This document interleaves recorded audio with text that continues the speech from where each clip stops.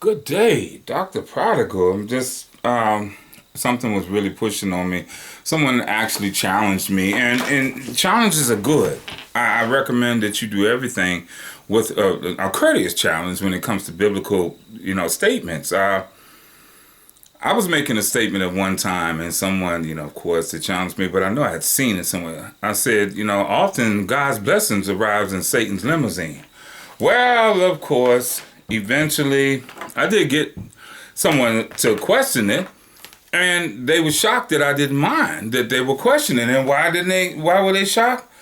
Because I believe he actually came with other intentions instead of just finding out truth or whether something existed. So, I agreed with him quickly. The Bible says agree with our adversary quickly. It said, well, you didn't give a scriptural reference. I said, no, I didn't. I said, but I do recall seeing something or a couple of instances here and there. Well, of course, then here it comes, well, you need to do this. And well, first of all, I don't need to do nothing. But out of courtesy, because if you're asking in such a stank term and tone, then somebody else may actually have this legitimate question. So this is why I'm addressing it today. The statement that I made that God often delivers his blessings in Satan's limousine is because of one thing. God is God. He can do what he wants. Okay, well, I'll leave it at that point, but I'll address it in a more, I guess you could say, scholastic fashion, if that's what people want at this time. I can only do that by giving a personal rendition of how I came to this understanding or this personal revelation for me. I'm not saying that you have to have it, but as far as for me, it's personal. So what did I do? I had gone through a period of surgeries. I mean, wow, it's totally rebuilding me in many instances, saved my life, rebuild me, everything. So what happened? I'm laying there, and woe was me. No one can ever tell me they've never been at this place where, saying, okay, Lord, why is this all happening? What's going on? Because he doesn't mind you asking him questions. He just doesn't want you to question him. So what do I say in that? If God says do A, B, and C, and I go do it, and then I come back and say, well, God, why did I have to do A, B, and C? That's asking a question. But if God says, I want you to do A, B, and C, and I say, well, why? Now I'm questioning him. That's not a good thing. So where was this at? I was asking the Lord, why? Why? I mean, I've already gone through it when I was here to have the surgery. The recovery is going to be hard, to say the least. Physical therapy, I think that's next to the gate of hell when you first start. So as I was going through it and asked him, and I said, well, you said all things work together for good for those who love you and are called according to your purpose. He said, yeah, my purpose. Ooh, okay. So is your purpose for me to go through the suffering that I'm going through? No. You're going through the suffering because of the sin state in the world, but I need you to go through that suffering to get to that position to encourage that person or to do this person, justice, or to do this person a favor, or to just be next to someone else just so they can see that someone else is going through it as well.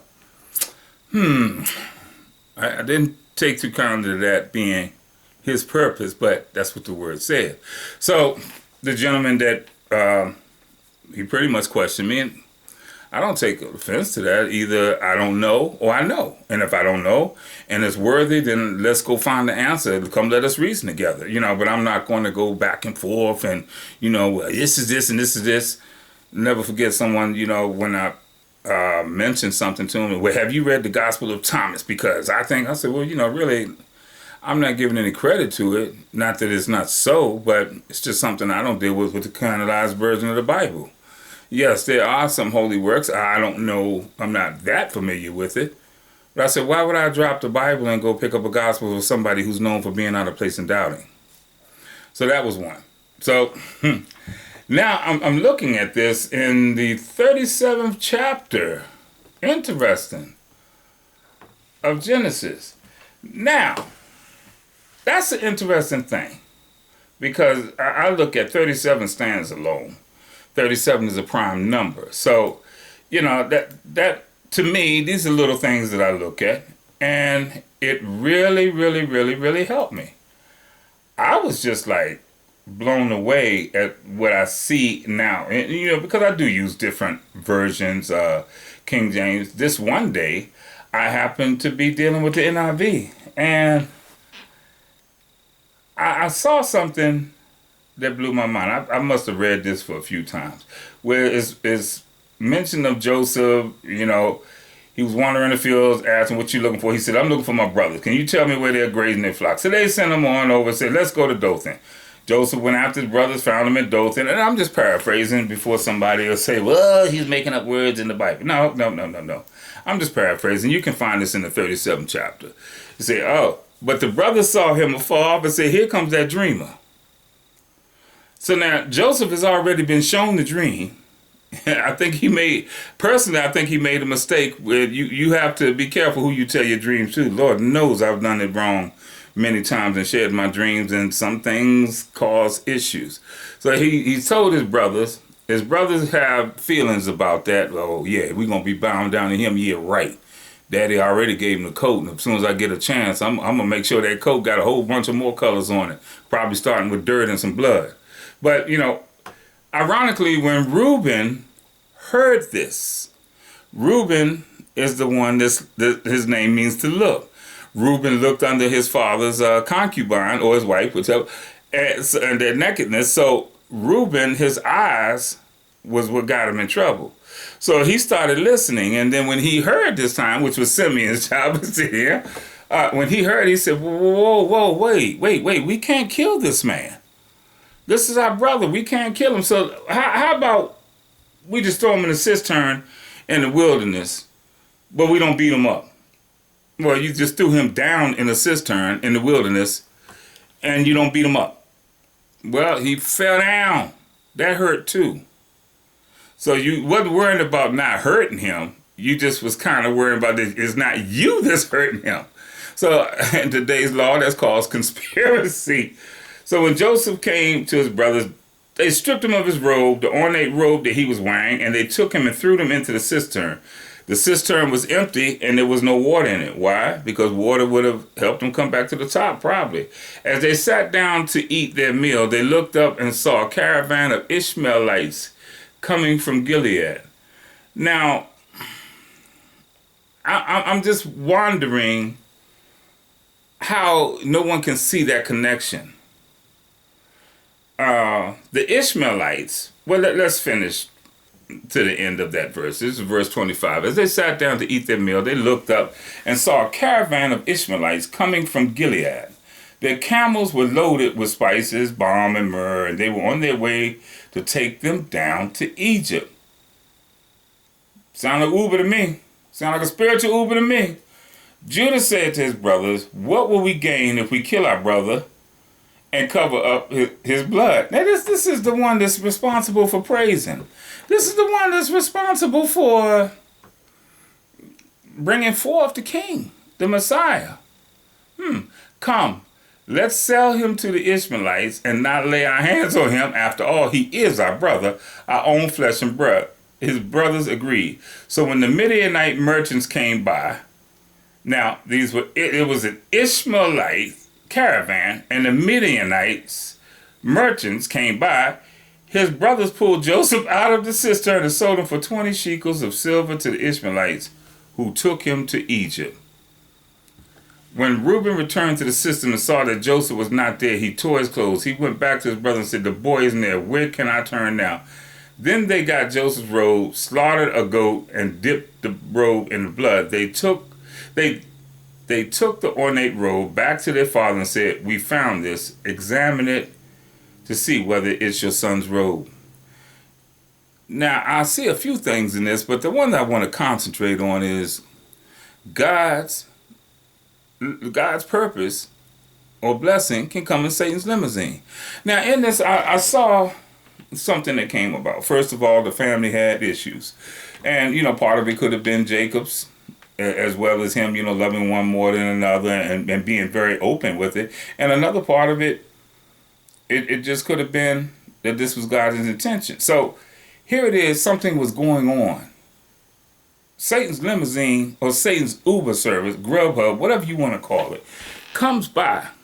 Now, the notice that I saw was that Jacob, the son of Isaac, the half brother of Ishmael, Abraham's seed comes to keep Abraham's seed, the chosen seed, in purpose, in destiny. The Ishmaelites, which were Abraham's seed, here it comes, and he had tribes. Ishmael had tribes as well. God did bless him because it was a seed. He did have a nation. They did have riches. Here he comes, unbeknownstly, on time yet, to go by to give Joseph a ride down to Egypt. Now, look at how that is. God has already orchestrated that even though the seed was, quote unquote, born from the flesh, I'm still going to use it for the covenant purpose. Come on in, caravan. Joseph needs a ride. Here it is. If he had stayed in that hole, what would have happened to him? So God sends it by. God allows the base nature and the greediness of the sons to just get happy.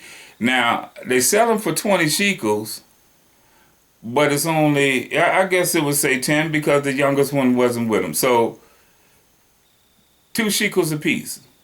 How much are you worth to your family? That's a sad thing to think of. But 2 shekels apiece.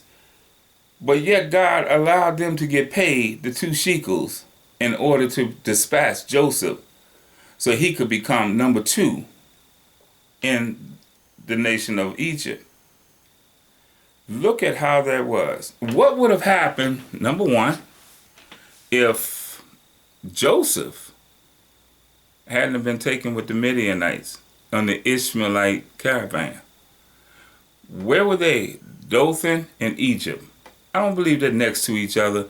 One day I'll do a geographic search to see how close they are. But now, Joseph catches the wrong Uber to the right place. Could it be that what you feel is a difficulty is actually positioning you for your blessing that will arrive in Satan's limousine, or your ride that will arrive as Satan's Uber? So, but this is where we have to trust and say the steps of a good man are ordered by the Lord, because a lot of things don't look like it. I will give a very, very, very wonderful example. I went through something that was very hard emotionally. And well, physically, because your emotions do affect your physical. Financially, it wasn't anything. But, the emotional aspect and the physical that ensued, it was something. But yet, that one situation caused me to be in a position where I had one of the best blessings of my life, my wife. But yet, I was in Satan's limousine on the way to meet God's blessing.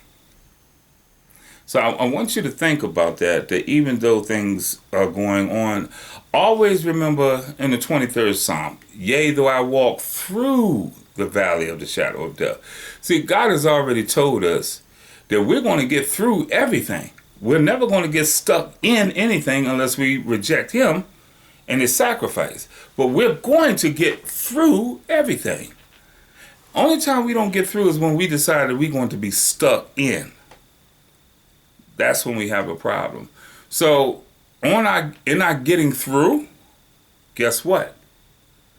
We may go through some rough patches, and we may be going through with some rough people, rough times, rough situations, but we're still going through.